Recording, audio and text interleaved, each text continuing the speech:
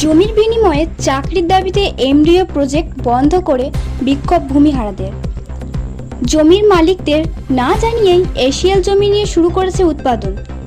তাই জমির বিনিময়ে চাকরির দাবিতে এমডিও প্রজেক্ট বন্ধ করে বিক্ষোভ ভূমিহারাদের। ঘটনাটি ঘটেছে মঙ্গলবার পাণ্ডবেশ্বর বিধানসভার এসিএলের বাককোলা এরিয়ার শ্যামসুন্দরপুরে। বর্তমানে খনি অঞ্চলের বেশ কিছু কয়লা খনির উৎপাদন বেসরকারি সংস্থার হাতে তুলে দিয়েছে এসিএল।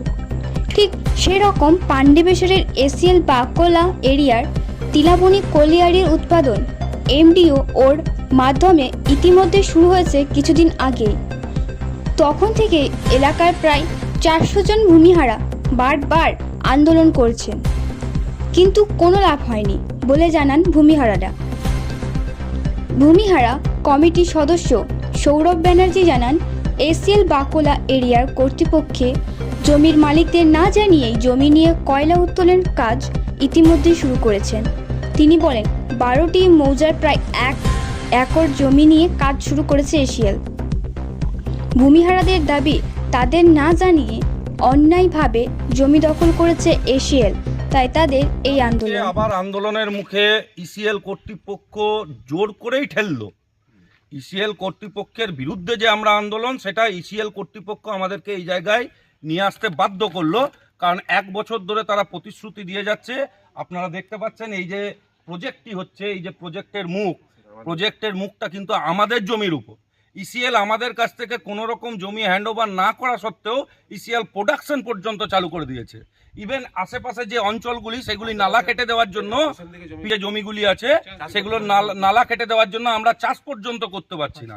এই অবস্থায় আমরা কোথায় যাব বলুন? এই অবস্থায় আমাদের আন্দোলন ছাড়া আর দ্বিতীয় কোনো পথ খোলা নেই।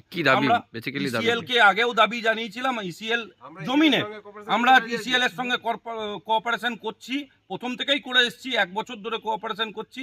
ইসিএল এর দাবি ছিল যে কিছুদিনের মধ্যে আপনাদের জমি আমরা অ্যাপ্রুভেল নিয়ে আসবো, তারপর প্রসেসিং হবে।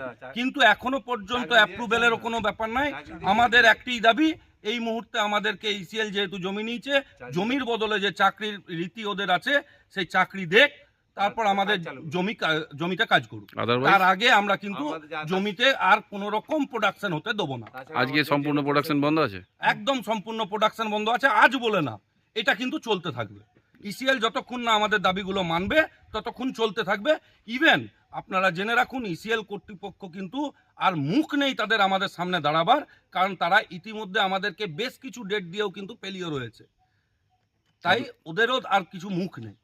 এবার আমাদের একটাই দাবি, আমরা যতক্ষণ না চাকরি পাচ্ছি আমরা এখানে বসে থাকবো, কোনোরূপ কোনো প্রোডাকশন আমাদের জমি থেকে হতে দেবো না। কতজন জমিদাতা আছে এখানে? এখানে জমিদাতার সংখ্যা প্রচুর, প্রায় 450 কাছাকাছি। কত জমি আছে মোটামুটি পরিমাণটা ওইভাবে বলতে পারবো না। টোটাল 12টা মৌজা আছে, 12টা মৌজার জমি আছে, একরের কাছাকাছি। কি নাম আপনার? আমার নাম সৌরভ ব্যানার্জি, আমি ভূমিহারা কমিটির একজন। ভূমিহারা কমিটির সদস্য রঞ্জিত ধীবর বলেন, তারা কোনোভাবেই এশিয়ালের ক্ষতি করতে চান না। তারা শুধু চান তাদের জমির বিনিময়ে চাকরি ও উপযুক্ত ক্ষতিপূরণ দিলেই তাদের আন্দোলন বন্ধ হবে। নইলে আগামী দিনে এই এমডিও প্রজেক্টের কাজ সম্পূর্ণভাবে বন্ধ করে আন্দোলনে নামবেন তারা। যদিও এই বিষয়ে এশিয়াল কর্তৃপক্ষের কোনো প্রতিক্রিয়া পাওয়া যায়নি, কিন্তু মঙ্গলবারে ভূমিহারাদের আন্দোলনের জেরে পুরোপুরিভাবে প্রজেক্ট নানান কাজ এবং উৎপাদন বন্ধ হয়ে রইল, যার জেরে কয়েক লক্ষ টাকার ক্ষতির মুখে বাককোলা এরিয়ার এশিয়াল কর্তৃপক্ষ। Bureau report, activist Bangla.